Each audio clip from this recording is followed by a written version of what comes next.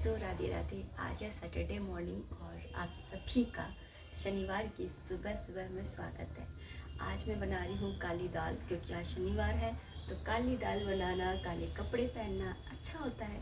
तो चलिए, हमने भी अपनी लाइफ में ये भी कर लेते हैं। और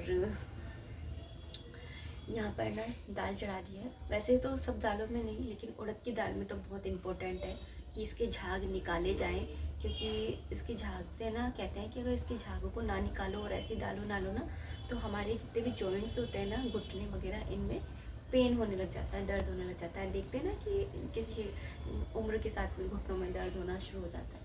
तो ये वाली प्रॉब्लम से अगर आप बचना चाहते हो तो एक तो खड़े होकर के पानी मत पियो, और दूसरा जो ये उड़द की दाल होती है, इसमें से जो झाग निकलते हैं, इन्हें निकाले वगैरह आप मत बनाओ। तो यहाँ पर, और इसके अंदर ना, और उड़द की दाल का एक और चीज़ है कि इसके अंदर ना छिलके बहुत ज़्यादा होते हैं। तो इन छिलकों को निकाल दो, नहीं तो कचरा दाल बनती है, बहुत ही ज़्यादा बेकार दाल बनती है। अगर अच्छी दाल बनानी है ना, तो इसको अच्छे से धो, लिटरली भिगोने से पहले अच्छे से धो, जिससे कि इसका जो काला रंग है वो निकल जाए, और भीगने के बाद में और धो, जिससे कि इसके जितने भी छिलके हैं एक्स्ट्रा वो निकल जाए, नहीं तो बिल्कुल कचरा दाल बनती है लिटरली। और ये देखिए, इस तरह से जो झाग आ जाते हैं ना, इन्हें निकालना बहुत ज़्यादा ज़रूरी होता है।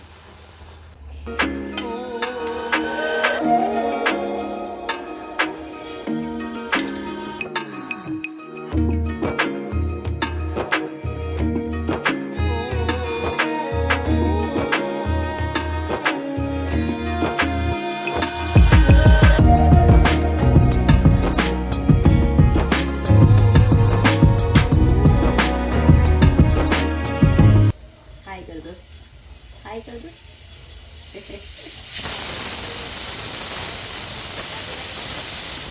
राधे राधे कर दो। यहाँ पे लगा लिया मैंने आटा, और क्योंकि हमारे पास आया है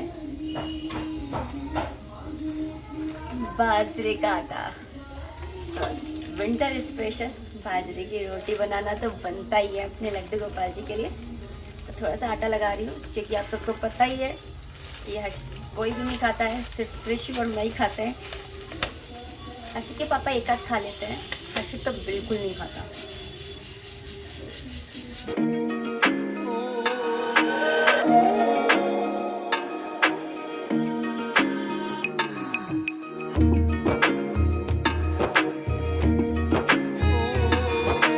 यहाँ पर जो बाजरे का आटा है, इसके अंदर मैं सिर्फ नमक डालूँगी, और तो निबाया पानी होता है ना, उससे गूँथूँगी, और बिल्कुल अच्छे से गूँथना है। जितना अच्छा आप गूँथेंगे उतनी अच्छी रोटियाँ बन पाएंगी। और ना ज़्यादा पतला लगाना है और ना ज़्यादा ही है ना, मतलब टाइट गूँथना है, नॉर्मल गूँथना है। क्योंकि मुझे हाथ से ना, हाथ से बनाते हैं ना रोटी, ऐसे बनाने नहीं आती है, तो मैं बेलन से ही बनाऊँगी। तो जिसको नहीं बनाने आती ना, तो वो इस तरह से बना सकता है जैसे मैं बना रही हूँ। वैसे तो घर में कोई भी नहीं खाता है, लेकिन दो कारण हैं जिनकी वजह से मैं ये बाजरे की रोटी बनाती हूँ। एक तो ये कि मुझे कृषि को अच्छा अच्छा खाना और सीजन का खाना बना करके खिलाना अच्छा लगता है, और दूसरा बाजरे की रोटी ना खाओ ना, तो शरीर के अंदर गर्माहट रहती है, और मेरा ठंडा भी कोटा है, तो मुझे ऐसा लगता है कि मुझे खानी चाहिए। और साथ ही साथ है ना, बाजरे की रोटी जितनी खाओगे ना, उतना फिर ना गर्मियों में ना आपको ठंडक मिलती है, तो इसलिए बाजरे की रोटी खाना अच्छा होता है। तो बाजरे की रोटी ज़रूर खानी चाहिए, और जिसको अच्छी लगती है वो तो वैसे ही खाता ही होगा, और नहीं आती बनाने तो आप भी मेरी तरह से बना सकते हो। पहले ना मुझे भी ये बहुत ना कठिन काम लगता था। लास्ट ईयर ही मैंने ये सीखी है बनाना, आप लोगों के सामने 2-3 बार, कितनी बार रोटी ख़राब हुई, उसके बाद में जा कर के ये मैं आज बना पाती हूँ। गुड मॉर्निंग एवरीवन, नमस्ते, राधे राधे। कैसे हो आप सब? उम्मीद करती हूँ अच्छे होगे, खुश होगे और बिल्कुल मज़े में होगे। यहाँ पर बन रहे हैं, क्या बन रहा है? ब्रेड सीख रही है, कुछ नहीं बन रहा है। हर्षित अभी अभी जस्ट आया है बाहर से वॉक वगैरह करके, तो वो भी खा रहा है। आज संडे है, ऐसा ही होता है उसका संडे। उसका बाप आया शादी में से, उसका बाप आया शादी में से। देख रहे हो कैसे बोलने की तमीज है।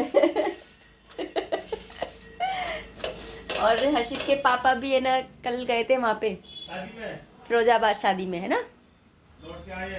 लौट के आए और फिर जाएंगे, फिर जाएंगे, फिर आएंगे, फिर आएंगे, फिर जाएंगे, फिर जाएंगे। फिर कहाँ जा रहे हो? 7 तारीख को। अच्छा, 7 तारीख को जाएंगे। ये लो दूध, उठो। हाय, बस उठो तो सही, कैसे पड़े? उठो, यहीं पे खाना है इनको सब चीज़ें। बिस्तरों पर।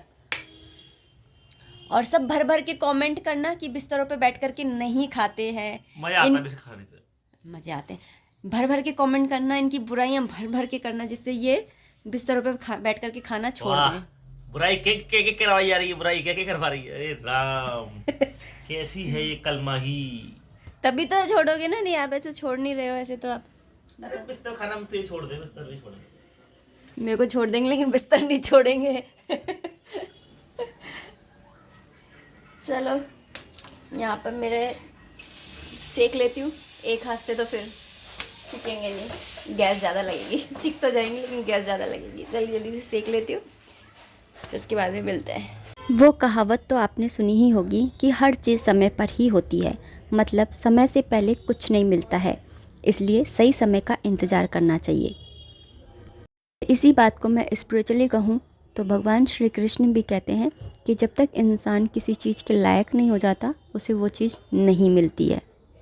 और एक कमेंट जो है ना काफ़ी मेरे पास आता है, वो है कि हेटर्स का क्या करें, नेगेटिविटी फैलाने वालों का क्या करें। देखिए, हेटर्स के बारे में किसी ने बहुत खूब कहा है कि एक माँ जो होती है ना, वो हमारी छी को हाथों से साफ़ करती है, लेकिन हेटर्स जीभ से साफ़ करते हैं। इसीलिए वो हेटर्स माँ की तरह बहुत स्पेशल होते हैं। उन हेटर्स से आप हेट मत कीजिए। और वैसे भी हेटर्स जो होते हैं वो आपको ये बताते हैं कि आप जीवन में तरक्की करने लगे हो। और बात रही नेगेटिविटी फैलाने वालों की, तो उनके लिए तो यही कहूँगी कि आप उनसे थोड़ी सी दूरी बना करके रखिए, उन्हें इग्नोर करिए। अगर आप सही राह पर है ना, तो आपने तो सुना ही होगा कि जो सही के रास्ते पर होता है उनका रथ आज भी भगवान श्री कृष्ण ही चलाते हैं। तो हस्बैंड जी भी उठ गए थे, तो मैंने जो है बिस्तर वगैरह है उनको झड़कार लिया है।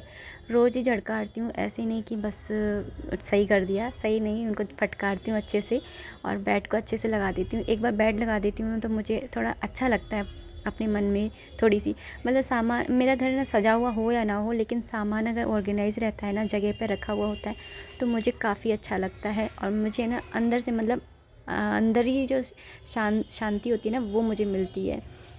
नेगेटिविटी फैलाने वाले कमेंट के लिए तो यही कहूँगी कि आप अपने आप को इतना पॉजिटिव रखिए, इतना मोटिवेटेड रखिए कि आपको नेगेटिविटी फैलाने वालों से कोई फ़र्क ही ना पड़े। आपने देखा होगा या आपने कई बार ना नोटिस किया होगा कि बहुत सारे लोग ऐसे बोलते हैं, अरे नज़र लग जाएगी, ऐसे करूँगा तो नज़र लग जाएगी। और कुछ लोग होते हैं जो इतना सब कुछ दिखाते हैं लेकिन फिर भी वो तरक्की किए जाते हैं। ऐसा क्यों? क्योंकि वो ध्यान ही नहीं देते हैं ऐसी चीज़ों पर, छोटी मोटी चीज़ों पर। ऐसे ही अगर आप भी अपनी लाइफ में ना इन चीज़ों के ऊपर ना ध्यान नहीं देंगे, तो आपको नेगेटिविटी फैलाने वाले लोगों से कोई फ़र्क ही नहीं पड़ेगा। और ये जो होते हैं ना हेटर्स, नेगेटिविटी फैलाने वाले लोग, ये हर जिसकी लाइफ में होते हैं। आपको क्या लगता है मेरी लाइफ में नहीं है, या फिर जो बहुत ज़्यादा सक्सेस है, ऊंचे मुकाम पर है, उनकी लाइफ में नहीं है? हर जिसके इंसान की लाइफ में ये लोग होते हैं। तो इतना ज़्यादा है ना, इनको सीरियस लेने की ज़्यादा ज़रूरत नहीं है। बस अपने जो आपका पथ है, जीवन का मार्ग है, भगवान ने आपको जीवन दिया है, मनुष्य का जन्म बार-बार में तो मिलने वाला नहीं है, तो इस जन्म को आप है ना सार्थक करिए, बस यही है। और यहाँ पर मैं आपको दिखा रही थी, मेरे पास एक ये भी कमेंट था कि आप है ना सोफ़े वगैरह किससे साफ़ करते हो, तो डेली बेसिस पे तो मैं जो ये कवर बिछा के रखती हूँ ना, इससे ही झड़कार लेती हूँ। लेकिन अगर जैसे मुझे डीप क्लीन करना होता है ना, तो ये वाली ऐसी ब्रश आती है ना, इससे मैं करती हूँ। इसी से मैं रग वगैरह भी साफ़ कर लेती हूँ, बहुत अच्छे से साफ़ हो जाते हैं। जैसे रग के ऊपर कोई बाल वाल लगा हुआ होता है ना, तो वो भी हट जाता है, धूल भी अच्छे से हट जाती है। बस जब ज़्यादा ही गंदे हो जाते हैं तो इनको धोना पड़ता है। तो इसके अंदर ना सारे जैसे रोए हो जाते हैं या बाल वाल हो जाते हैं, वो सारे इस ब्रश के अंदर आराम से आ जाते हैं। इतना अच्छा लगता है ये मीडियम क्लास के, मतलब कि या ये कह लीजिए जो लोअर मिडिल क्लास के लोग होते हैं ना, उनके लिए ये ब्रश जो है वो वैक्यूम का काम करता है लिटरली। और ना वैसे तो मिडिल क्लास के लोग भी आजकल वैक्यूम वगैरह ख़रीद लेते हैं, लेकिन मैंने इसलिए ही बोला लोएस्ट मिडिल क्लास के जो लोग होते हैं ना, उनके लिए वैक्यूम का काम करता है। मेरे ये रग वगैरह है, मेरे सोफ़े के जो है ये कवर हटाने के बाद में जितना भी है, और ये गद्दे हैं, इन सबको है ना ये अच्छे से सब कर लेता है। मेरे पास ऐसे 2 ब्रश हैं, एक तो ऐसा है और एक है ना वुडन वाला है। तो 2 तरीके के हैं। एक को मैं ऐसे जो ये रग है और ये सब साफ़ करने के काम में लेती हूँ, और एक ये जो गद्दे वद्दे का है वो अलग। और वैसे ये वॉशेबल है। शोर कर रहे हैं। हेलो दोस्तों, हाय दोस्तों, हेलो दोस्तों, हाय दोस्तों। हाय, हाय। लाइट बंद कर दो दोस्तों। हाय हाय हाय हाय हाय हाय हाय हाय गुड़ी गुड़ी गुड़ी गुड़ी हाय हाय हाय गिर जाएगी।